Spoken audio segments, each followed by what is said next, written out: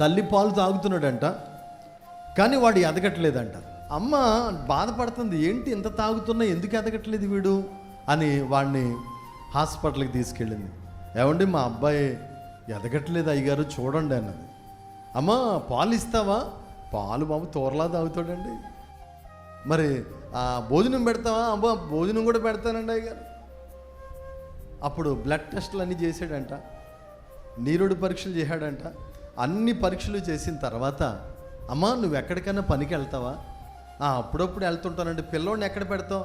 ఆడిని అక్కడే వదిలేసి వెళ్తుంటానండి, కొద్ది బయటికి వెళ్తానండి. ఈయన వదిలేసి వెళ్ళిన టైంలో వీడు మట్టి తినేస్తున్నాడమ్మా. ఆడందుకే ఎదగట్లేదమ్మా, మట్టి తినేస్తున్నాడంట. ఆ బ్లడ్ టెస్ట్లో తెలుస్తున్నాయి, మట్టి తినేస్తున్నాడు ఈ కుర్రోడు, అందుకే ఎదగట్లేదు. వీడి బ్లడ్లో విటమిన్స్ అన్నీ విరిగిపోతున్నాయి, హార్మోన్స్ అన్నీ పాడైపోతున్నాయి, మట్టి తినేస్తున్నాడు. తల్లిపాలే తాగుతున్నాడు కానీ ఎందుకు ఎదగట్లేదు? నిర్మలమైన వాక్యం తాగుతున్నావు, నిర్మలమైన వాక్యం వింటున్నావు, ప్రతి వారం వాక్యం వింటున్నావు, కానీ ఎందుకు ఎదగట్లేదు? ఈ రోజున ఆత్మీయ జీవితంలో మట్టి తింటున్నారండి. దేవుని మందిరంలో నిర్మలమైన పాలు తాగుతున్నారు, బయటికి వెళ్ళి లోకంలో మట్టి తింటున్నారు. అంటే పాపాన్ని తింటున్నారు, పాపాన్ని ప్రేమిస్తున్నారు. అందుకే క్రైస్తవులు ఈ రోజున ఎదగలేకపోతున్నారు, మరుగుజ్జోళ్ళు అయిపోతున్నారు, అలాగే ఉంటున్నారు. ఎన్ని సంవత్సరాలైనా వారిలో మార్పు రావట్లేదు, మారు మనసు రావట్లేదు, పశ్చాత్తాపం రావట్లేదు, కన్నీటితో పాపాలు ఒప్పుకోవాలనుకోవట్లేదు. మారు మనసు లేని జీవితాలు. ఒక పాస్టర్ గారు మీసాల గుర్రప్ప గారు మన దగ్గరికి 2 సార్లు వచ్చారు.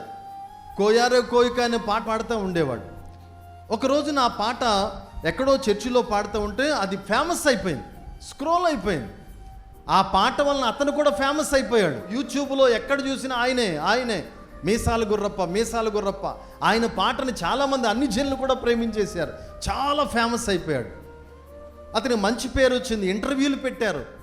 ఏమండి అతన్ని ఇంటర్వ్యూ చేస్తున్నారు, చాలా మంచి పేరు వచ్చింది, మంచిదే, బాగానే ఉంది. అంతటితో ఆగాడు ఆయన. జబర్దస్త్ షోకి పిలిచారంట, ఆ షోకి వెళ్ళాడు. వాళ్ళతో ఆడుతున్నాడు, పాడుతున్నాడు, వాళ్ళతో ఆడుతున్నాడు, పాడుతున్నాడు. దైవజనుడు స్థానం ఏంటి? దైవజనుడు విలువేంటి?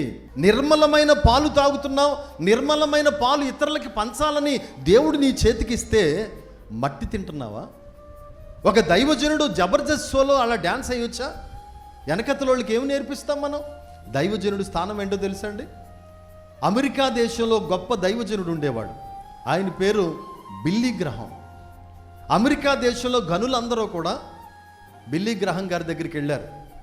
అయ్యా మేమందరము కలిసి ఏకగ్రీవంగా అమెరికా ప్రెసిడెంట్ పదవి మీకు ఇవ్వాలనుకుంటున్నాం, మీరేమంటారు అని అడిగారు. ఆయన ఏమన్నాడు తెలుసా? దైవజనుడు స్థానం అమెరికా ప్రెసిడెంట్ కంటే కూడా గొప్ప స్థానం, అలాంటి స్థానాన్ని నేను విడిచిపెట్టి కిందకి దిగనన్నాడు. అలాంటి స్థానాన్ని విడిచిపెట్టి నేను క్రిందకి దిగనన్నాడండి. దైవజనుడు స్థానం ఎవ్వరూ భర్తీ చేయలేనిది, అది అమెరికా దేశ ప్రెసిడెంట్ కంటే కూడా గొప్పది. అలాంటి స్థానాన్ని నేను ప్రెసిడెంట్ అయి నా స్థానానికి క్రిందకి దిగనని చెప్తే, ఈ రోజున మీసాల గుర్రప్పని ఆయన జబర్దస్త్ షోలో ఇంకా సినిమా కూడా తీస్తున్నాడంట. సినిమా యాక్టర్ రాజా గారు ఉన్నారా? సినిమా యాక్టర్ రాజా గారు మంచి అందగాడు, అతనికి చాలా ఆపర్చునిటీస్ ఉన్నాయి, చాలా సినిమా ఆఫర్స్ ఉన్నాయి, అన్ని అర్హతలు ఉన్నాయి, కానీ అన్నీ వదిలేసి ఒక దైవజనుడుగా సమస్తం వదిలేసి సేవ చేస్తున్నాడండి. అతన్ని చూసైనా బుద్ధి ఉండాలంటారా? ఏం వెతుకుతున్నారండి? ఈ సమయంలో నేను మీసాల గుర్రప్ప గారికి నేను చెప్తున్నది ఏంటంటే, అయ్యా మీరు చేస్తున్నది తప్పు అండి, మీరు అలా చేయకూడదు. మీరు మంచి దైవజనులు, మా దగ్గరికి కూడా 2 సార్లు వచ్చారు, వాక్యం చెప్పడానికి పిలిచాం మిమ్మల్ని, మేము మిమ్మల్ని గౌరవిస్తున్నాం, కానీ మీరు చేసేది తప్పు. మీరు మారు మనసు పొంది కన్నీటితో దేవుని దగ్గర ప్రార్థన చేసుకుంటే దేవుడు మిమ్మల్ని వాడుకుంటాడు, లేదంటే పరలోక రాజ్యాన్ని పోగొట్టుకుంటారు మీరు.